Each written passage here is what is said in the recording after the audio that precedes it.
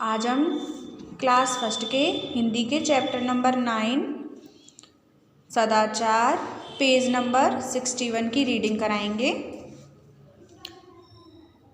अध्यापक, इसमें अध्यापक कह रहे हैं बच्चों नई कक्षा में आपका स्वागत है। इसमें एक कक्षा का चित्रण किया गया है तो उसमें अध्यापक हैं। अध्यापक बच्चों से कह रहे हैं कि नई कक्षा में आपका स्वागत है। सभी बच्चे कह रहे हैं एक स्वर में मतलब एक साथ सभी बच्चे कह रहे हैं धन्यवाद श्रीमान। अध्यापक के लिए धन्यवाद कर रहे हैं। अध्यापक कह रहे हैं आप सबका कल्याण हो। रवि, उन सभी बच्चों में से एक बच्चा रवि है, वो कह रहा है श्रीमान। अध्यापक से पूछ रहा है श्रीमान अच्छा बालक बनने के लिए कौन कौन सी बातें ज़रूरी हैं। रवि ने अपने अध्यापक से प्रश्न किया है कि अच्छा बालक बनने के लिए कौन कौन सी बातें ज़रूरी हैं। अध्यापक कह रहे हैं रवि तुमने बहुत अच्छा प्रश्न किया है, आज हम इसी विषय पर बात करेंगे। बच्चों, अच्छे बच्चे सबको प्यारे लगते हैं। अच्छे बच्चों से सभी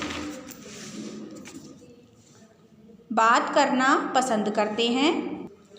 झगड़ालू बच्चों से कोई भी मित्रता नहीं करना चाहता है, उनसे सभी दूर भागते हैं। इसका मतलब है कि जो अच्छे बच्चे होते हैं, जिनमें अच्छी अच्छी आदतें होती हैं, उन बच्चों से सभी प्यार करते हैं। और जो झगड़ालू होते हैं, सिर्फ लड़ाई करते रहते हैं दूसरे बच्चों से, ऐसे बच्चों से सब दूर रहते हैं। ऐसे बच्चों से कोई मित्रता नहीं करना चाहता।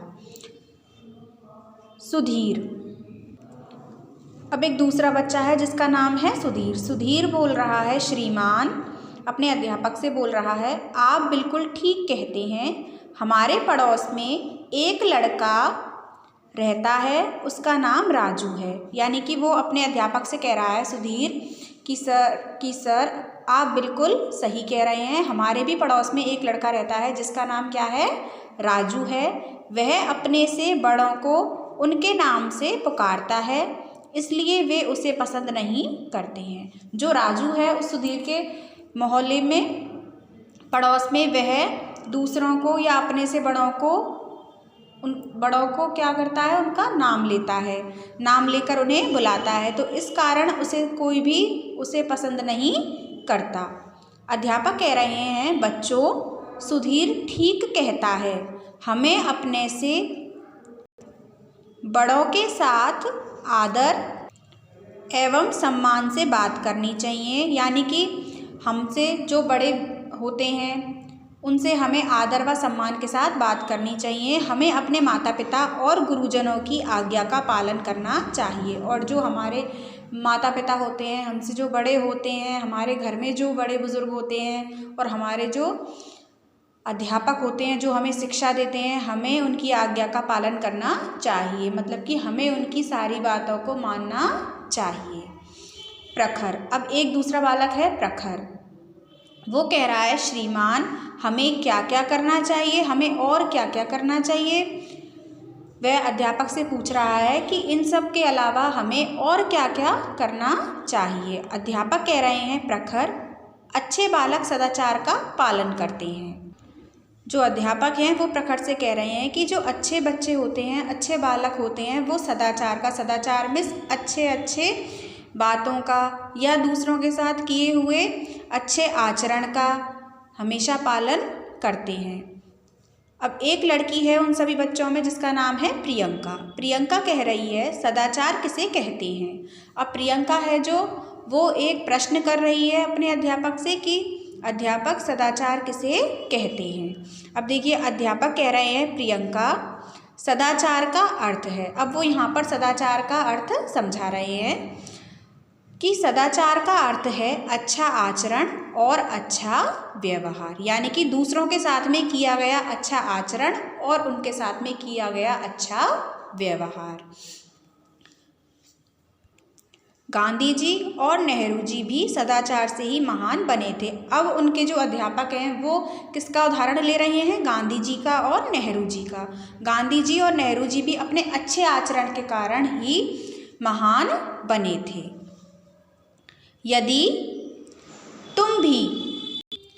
महान बनना चाहते हो तो इन बातों को याद रखो। अब ये कुछ बातें हैं जो अध्यापक उन बच्चों को बता रहे हैं कि हम किन किन बातों से महान बन सकते हैं।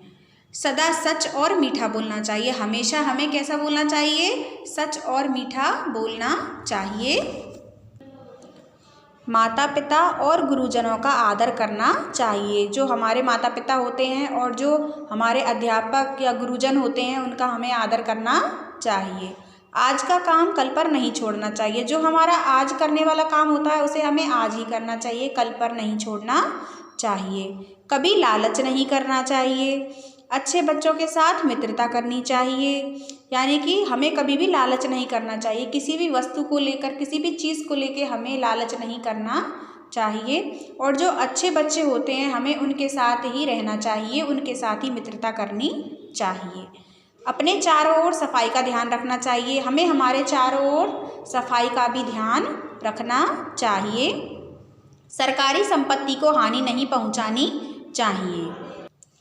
सरकारी संपत्ति यानी कि जो हमारे पार्क वगैरह होते हैं, सरकारी पार्क वगैरह, और ये स्टैचूज़ वगैरह होते हैं महान महान नेताओं के, इनके हमें क्या हानि नहीं पहुंचानी चाहिए। सदा मन लगाकर पढ़ना चाहिए और हमेशा मन लगाकर अच्छे मन से पढ़ना चाहिए। दांतों की सफाई नियमित रूप से करनी चाहिए।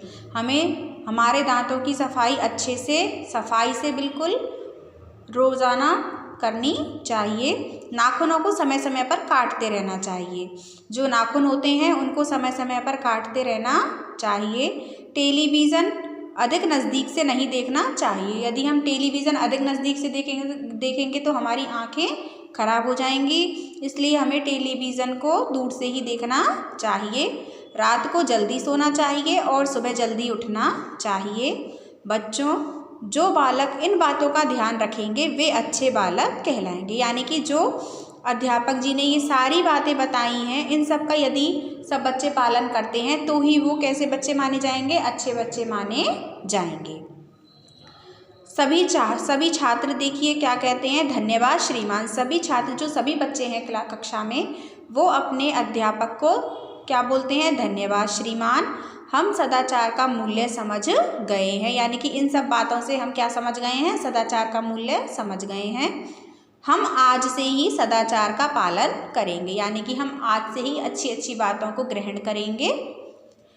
अध्यापक कह रहे हैं, बच्चों मुझे तुमसे यही आशा थी, सदाचार का पालन करके तुम एक दिन अवश्य ही महान बनोगे। इस पर अध्यापक कह रहे हैं कि बच्चों मुझे तुमसे यही आशा थी कि तुम सदाचार का पालन करोगे और एक दिन अवश्य ही महान बनोगे, एक दिन अवश्य ही अच्छे नागरिक बनोगे। तो हमें हमेशा सदाचार का पालन करना चाहिए। अपने से बड़ों के साथ अच्छा व्यवहार करना चाहिए, सम्मान का व्यवहार करना चाहिए।